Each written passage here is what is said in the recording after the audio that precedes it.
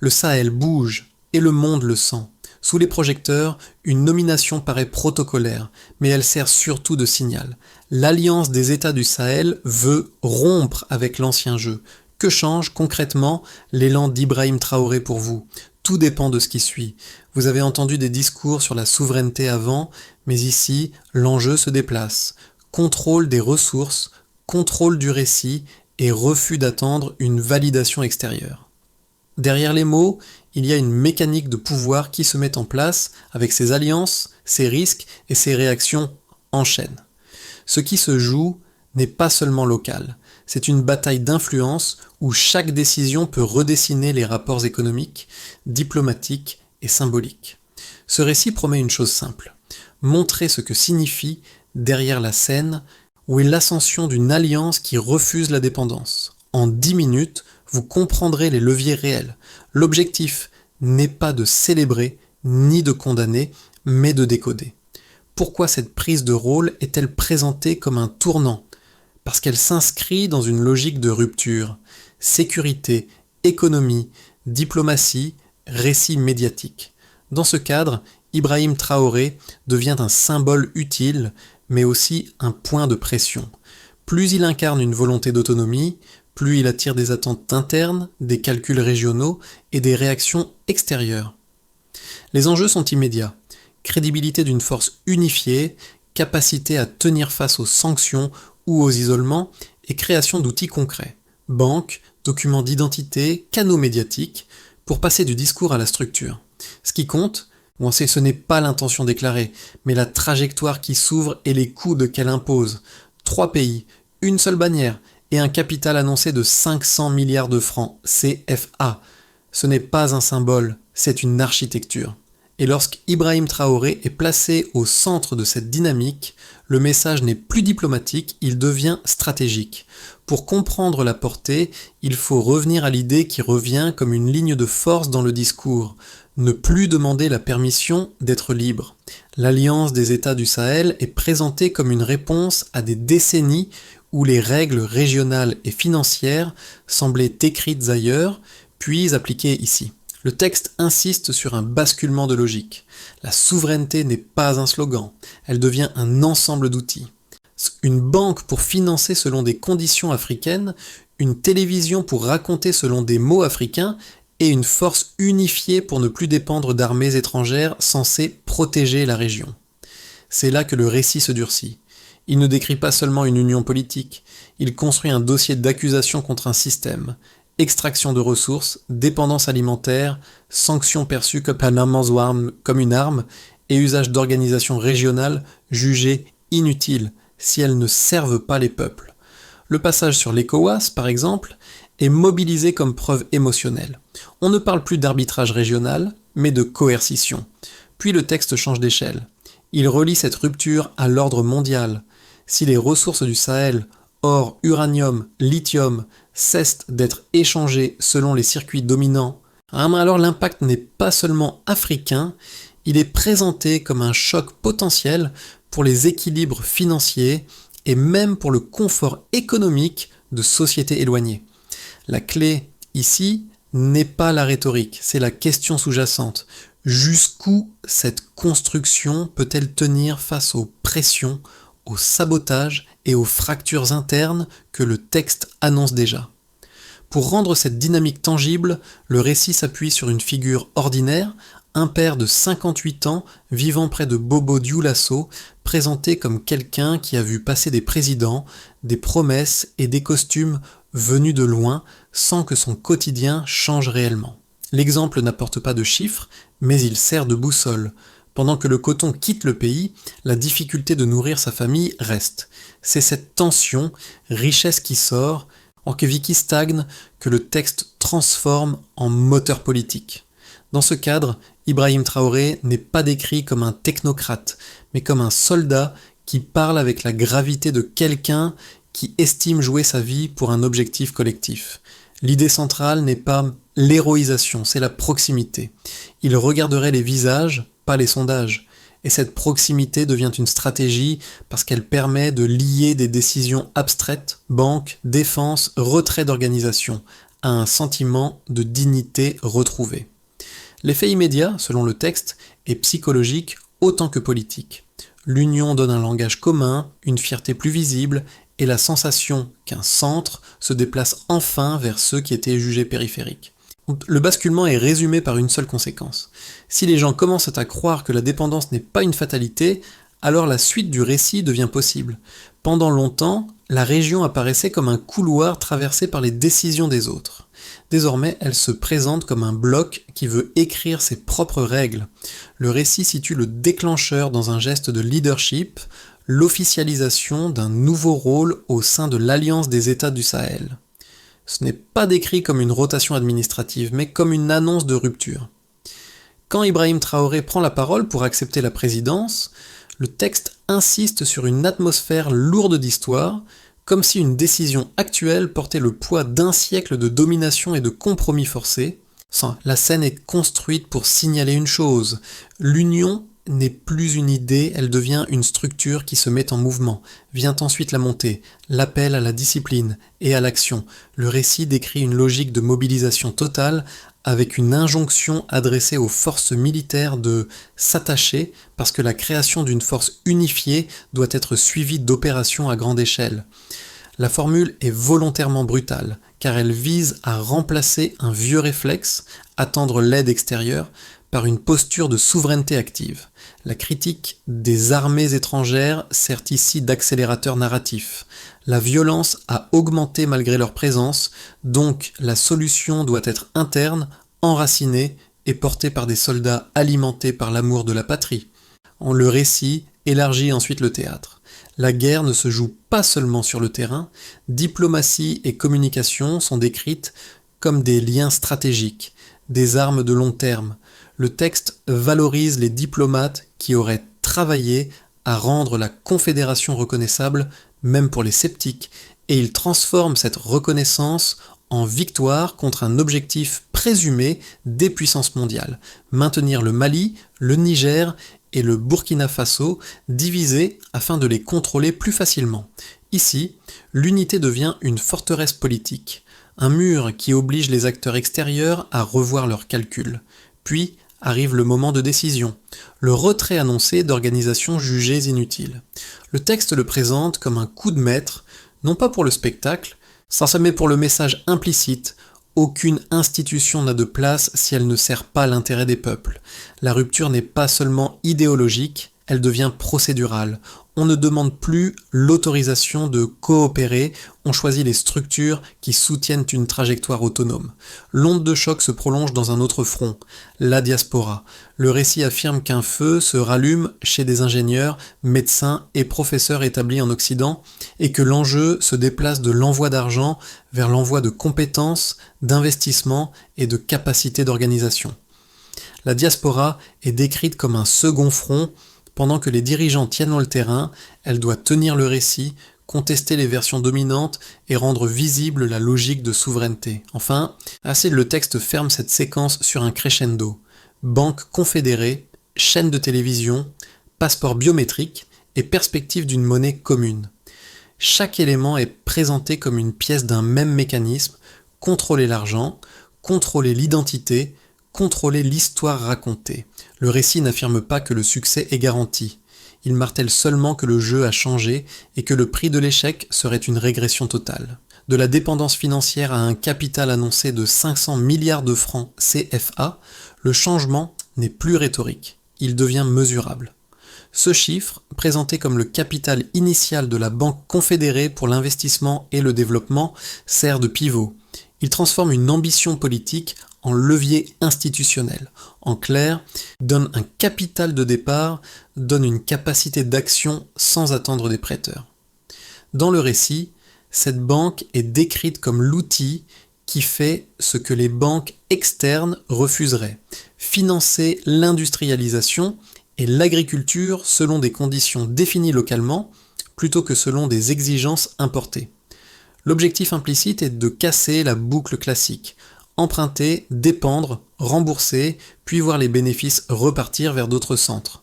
Le texte insiste aussi sur un basculement début 2025 lorsqu'il évoque la rupture avec certaines structures régionales et la consolidation d'une trajectoire confédérale. Autrement dit, une date recentre la dynamique et oblige les acteurs à réagir vite. C'est important parce que le récit ne décrit pas un projet sur 10 ans, mais une accélération. Il affirme que l'Union a franchi un seuil, de l'idée à l'infrastructure. Dès lors, chaque décision devient un signal vers qui se tourner, avec qui commercer, quelles sanctions encaisser, quelles alliances reconfigurer. La temporalité devient une arme, car elle impose un rythme et laisse moins de place aux demi-mesures. Le texte cite aussi une grand-mère de 65 ans et un père de 58 ans pour incarner un temps long, celui des promesses répétées et des réalités inchangées. Ces âges matérialisent des décennies d'attente et la fatigue collective. Ce ne sont pas des statistiques économiques, mais des données narratives qui jouent le rôle d'un thermomètre. Si une personne a vécu plusieurs régimes sans voir d'amélioration, l'idée de rupture devient plus crédible et surtout plus urgente. Sont donc ces repères encadrent la thèse, l'alliance cherche à remplacer des dépendances par des instruments contrôlés. Le passeport biométrique est présenté comme un exemple de souveraineté technologique. L'identité n'est plus externalisée, donc la mobilité et les données deviennent un domaine de pouvoir. De même, la chaîne de télévision et les stations radio sont décrites comme un outil de guerre informationnelle. Contrôler le récit, c'est limiter la capacité des adversaires à imposer leurs étiquettes, leurs peurs et leurs interprétations. Le texte glisse ensuite vers une logique monétaire plus ambitieuse. Quitter le franc CFA, imaginer une monnaie commune, possiblement adossée à des réserves d'or. Il ne fournit pas d'échéance, mais il place l'idée comme une menace systémique pour l'ordre existant. Dans ce cadrage, c'est qu'Ibrahim Traoré apparaît moins comme un individu isolé que comme le point visible d'un mécanisme. Banque, identité, récit, défense. La valeur de ces chiffres et repères ne se limite pas à ce qu'ils prouvent, ils servent à verrouiller une perception. L'union n'est pas seulement une posture morale, c'est une tentative d'ingénierie politique et économique. Et c'est précisément cette matérialisation, selon le texte, qui déclenche la pression extérieure parce qu'elle réduit l'espace de contrôle des anciens arbitres. La lecture la plus charitable de ce projet repose sur 2 arguments solides, même pour ceux qui restent sceptiques. D'abord, l'Union répond à une réalité sécuritaire. Si la violence a continué à croître malgré la présence d'armées étrangères, alors une force régionale unifiée peut sembler plus cohérente, plus rapide et surtout plus légitime. Dans cette logique, le discours sur la mobilisation, la discipline et les opérations à grande échelle n'est pas une posture agressive, mais une tentative de reprendre l'initiative sur un territoire où l'attente a souvent été synonyme d'enlisement. Le second argument est économique. Créer une banque confédérée, parler d'autosuffisance alimentaire et contrôler les ressources sont présentés comme des conditions minimales de liberté. Si une région ne maîtrise ni son financement, ni son récit, ni sa capacité à nourrir sa population, alors sa souveraineté reste théorique. Vue sous cet angle, la démarche est une rationalisation, transformer une indignation historique en institution. Mais la même lecture peut être contestée à partir des éléments du récit lui-même. Le premier point de friction est le coût de la rupture. Le texte insiste sur l'intensité de la pression extérieure, sur la possibilité de sanctions, d'isolement et de sabotage informationnel. Or, une souveraineté qui s'installe sous contrainte permanente peut s'épuiser vite, non pas faute d'idées, mais faute de marge de manœuvre. Le second point est interne. Plus l'Union se construit comme une forteresse, plus elle risque de devenir une cible de rivalité, de rumeurs, de divisions ou d'attentes impossibles à satisfaire. Le récit magnifie la discipline, mais admet implicitement que la cohésion sera testée parce que le projet touche à l'argent, aux ressources et à l'identité, donc aux intérêts les plus sensibles. C'est ici que la réponse la plus robuste n'est ni l'enthousiasme pur, ni le rejet automatique. Le texte propose une grille simple. Juger l'alliance non sur les proclamations, mais sur les outils qu'elle met en place et sur la constance de leur usage. Si la banque finance réellement selon des conditions locales, si les dispositifs d'identité renforcent la souveraineté technologique, si la communication réduit la dépendance narrative, alors la rupture devient tangible. Sinon, elle redevient un symbole exposé aux mêmes forces qu'elle prétend dépasser. Et dans ce test, Ibrahim Traoré n'est pas seulement un visage, il devient un point de validation, parce qu'une figure centrale peut accélérer la cohésion autant qu'elle peut concentrer la pression. Tout bascule quand l'identité devient souveraine. Le récit place ici un révélateur discret, presque technique, mais lourd de sens, le passeport biométrique de l'AES. À première vue, c'est un document. Dans le texte, c'est un acte politique. Pendant des décennies, l'identification de citoyens de la région aurait été gérée par une entreprise étrangère. La rupture du contrat et le choix d'un nouveau partenaire sont présentés comme une coupure nette avec l'ancien système. Ce n'est pas une simple modernisation administrative. C'est une manière de dire que les données, les mouvements et les preuves d'existence appartiennent d'abord aux États qui les portent. Ce détail change l'échelle du récit, car il touche à un pouvoir rarement discuté qui contrôle l'identité, contrôle l'accès, la mobilité et la capacité d'imposer des conditions. Dans cette lecture, l'Alliance ne cherche pas seulement des symboles, elle construit des verrous. Et c'est précisément ce type de verrou qui renforce la figure d'Ibrahim Traoré.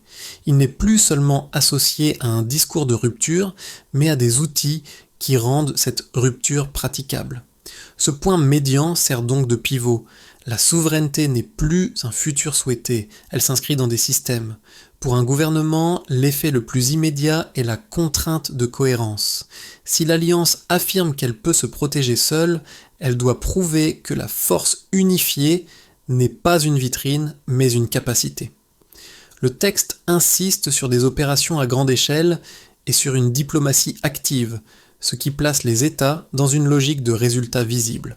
En interne, cela implique une administration plus disciplinée parce que chaque faille devient une attaque contre la crédibilité du projet. En externe, mais cela signifie une relation plus tendue avec les organisations jugées inutiles. Car le retrait n'est pas neutre. Il reconfigure les alliances et réduit les espaces de médiation. Pour les entreprises, la conséquence la plus tangible est la promesse d'un financement orienté vers l'industrialisation. La Banque confédérée, annoncée avec un capital initial de 500 milliards de francs CFA, est décrite comme un outil destiné à remplacer la dépendance aux prêts conditionnels. Si cette logique se matérialise, les acteurs économiques locaux pourraient accéder à des capitaux alignés sur des priorités régionales. Agriculture, énergie, infrastructure. Mais le texte laisse aussi entrevoir l'autre face. Sanctions, pression, incertitude monétaire et difficulté à commercer dans un environnement où les règles changent. Pour une entreprise, est que l'opportunité et le risque avancent ensemble. Pour les citoyens, le récit met en avant une conséquence concrète mais symboliquement immense. La reprise de contrôle sur l'identité et sur le récit. Le passeport biométrique de l'AES n'est pas présenté comme un progrès technique. Il devient un marqueur de dignité, un signe que l'appartenance n'est plus gérée ailleurs. À cela s'ajoute l'espoir de voir les richesses rester sur place, l'or, l'uranium, le lithium. Le texte ne prouve pas que cela se produira, mais il explique pourquoi l'idée mobilise. Quand on a vécu des décennies d'extraction sans amélioration du quotidien, le simple fait de croire à une inversion du flux suffit à rallumer une énergie collective. Pour l'équilibre régional, enfin, l'Alliance est décrite comme un bloc territorial qui change la géopolitique. Elle forme une forteresse contre les anciennes routes d'exploitation et oblige les puissances extérieures à choisir une posture, pression ou partenariat. Le récit oppose deux mondes, celui qui tente d'isoler et celui qui traite l'AES comme un acteur souverain. Dans ce cadre, Ibrahim Traoré devient le point d'aimantation des réactions. Admiration, inquiétude, calcul ou hostilité. Et c'est là que l'enjeu réel apparaît. Si ce bloc tient, il devient un précédent. S'il échoue, il devient un avertissement. Sur un horizon de 6 à 12 mois, le texte suggère que l'avenir de l'AES se jouera moins sur les déclarations que sur la capacité à transformer l'élan en routine stable. 3 trajectoires sont évoquées comme 3 façons d'habiter la même réalité. Dans une première trajectoire, l'alliance se consolide sous pression. Elle avance, en fait se met dans un climat de friction permanente. La force unifiée se met en place progressivement, la banque confédérée commence à exister comme instrument, et les outils d'identité et de communication renforcent la cohésion symbolique. Le principal défi n'est pas l'absence de volonté, mais la gestion de la pression. Sanctions, isolement diplomatique, campagne de délégitimation et tensions internes, la réussite se mesure à une chose, la capacité à maintenir une trajectoire constante malgré les coups, sans se fragmenter ni surréagir. Ibrahim Traoré y apparaît comme un accélérateur, mais aussi comme un aimant à polarisation. Dans une deuxième trajectoire, plus favorable, les outils deviennent rapidement opérationnels. La banque finance des projets visibles, l'agriculture et les infrastructures reçoivent un soutien structuré, et le récit de souveraineté cesse d'être seulement émotionnel. Les partenariats extérieurs se diversifient selon un principe simple. Travailler comme un acheteur souverain, pas comme un sujet. L'Alliance réussit à imposer un nouveau cadre normal. Elle n'a pas besoin d'être aimée, seulement reconnue comme un acteur durable. Le signe distinctif est la création d'un cercle vertueux. Plus les résultats concrets apparaissent, plus l'adhésion interne augmente et plus les tentatives de sabotage perdent en efficacité. Dans une troisième trajectoire, la rupture survient par saturation. Le texte lui-même avertit d'une guerre d'usure, les pressions extérieures s'intensifient, les sanctions et les restrictions deviennent plus coûteuses et la désinformation amplifie les fractures internes. La promesse de souveraineté se heurte à la réalité de la logistique. Maintenir la sécurité, financer l'économie et préserver l'unité politique simultanément. Un projet peut échouer non parce qu'il est faux, mais parce qu'il est attaqué à un rythme supérieur à sa capacité d'absorption. Le marqueur de bascule serait une perte de cohésion narrative. Si l'Alliance ne contrôle plus la manière dont elle est racontée, elle perd une partie du terrain sans même combattre. Au fond, la lecture la plus juste consiste à suivre quelques repères simples, l'opérationnalité des outils, la stabilité interne et la constance de la trajectoire. Pour le spectateur de la diaspora, le récit refuse l'idée que cette histoire serait lointaine. Il soutient au contraire que les effets reviennent comme un écho dans les villes où l'on travaille, où l'on paie l'essence, où l'on protège une retraite, et où l'on cherche une place dans un système qui valorise la productivité mais ignore souvent l'identité. L'argument est direct. Si l'ordre économique mondial a longtemps supposé que l'Afrique resterait un fournisseur silencieux, alors toute tentative de reprise de contrôle modifie le cadre, même pour ceux qui vivent à Atlanta, New York ou Londres. Le texte propose ensuite une traduction personnelle. L'engagement n'est pas uniquement politique, il est aussi informationnel. Tenir le récit devient un geste concret, parce que la bataille passe par les mots, les images et les étiquettes. Cela implique de reconnaître les mécanismes de délégitimation, de demander des preuves et de résister à la simplification qui réduit tout à une caricature de chaos. La première action est intérieure. Apprendre à lire une actualité sans se laisser dicter les émotions. Puis vient l'action minimale. Connecter compétences et projets. Le récit ne demande pas seulement d'envoyer de l'argent, mais de rediriger une partie de l'expertise vers des initiatives compatibles avec la logique d'autonomie. Agriculture, énergie, infrastructure, formation. Même à petite échelle, l'idée est de passer d'un soutien sentimental à un soutien structuré, car la souveraineté a besoin de systèmes, pas seulement de slogans. Enfin, le texte place une exigence morale. Choisir un camp ne signifie pas applaudir tout, mais refuser l'indifférence. Il invite à une position active, où l'on critique quand il le faut, mais où l'on ne laisse pas d'autres raconter à sa place ce qui est en train de se jouer. Le texte suggère qu'une rupture durable ne se gagne pas par un discours, mais par une feuille de route courte, répétable et mesurable. Dans cette logique, l'Alliance n'a que 2 options, transformer l'élan en institution ou laisser l'élan se dissiper sous la pression. La trajectoire proposée peut se résumer en 5 mouvements, chacun lié à une intention claire et à une façon de suivre les résultats. D'abord la sécurité, forces unifiées, opérations coordonnées. Il s'agit de définir une doctrine commune, puis d'exécuter des opérations conjointes. Le suivi se lie dans la continuité des opérations et dans la stabilité du territoire telle qu'elle est ressentie par les populations. Ensuite, la finance, rendre la banque fonctionnelle, pas symbolique. L'action consiste à ouvrir des mécanismes de financement ciblés pour l'agriculture, dans l'énergie et les infrastructures.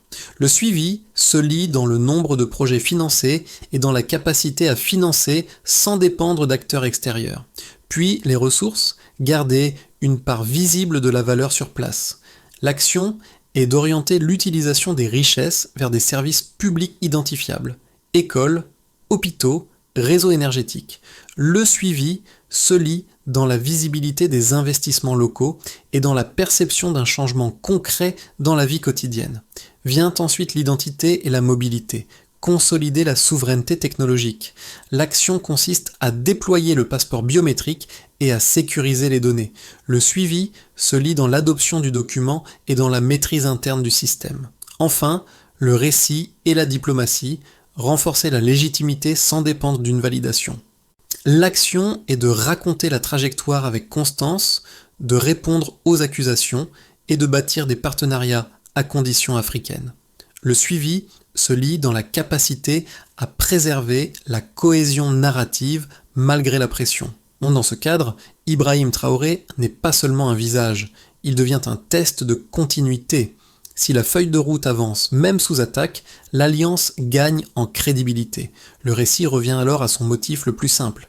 Une terre riche, des vies longtemps laissées dans l'attente. On a parlé de banques, de passeports, de forces unifiées, comme si l'histoire n'était qu'une affaire de structure.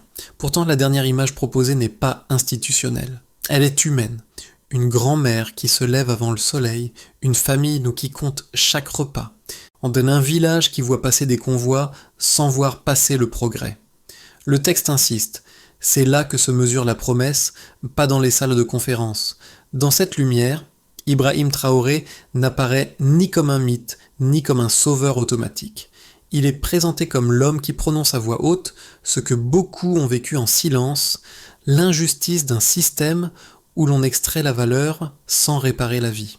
Et c'est précisément cette parole, répétée avec des outils concrets, qui crée l'émotion du récit. Une émotion qui n'efface pas les risques, mais qui explique la mobilisation.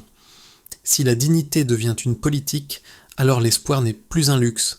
La phrase qui reste, comme un clou dans le bois, est celle-ci. Une souveraineté sans preuve ne dure pas.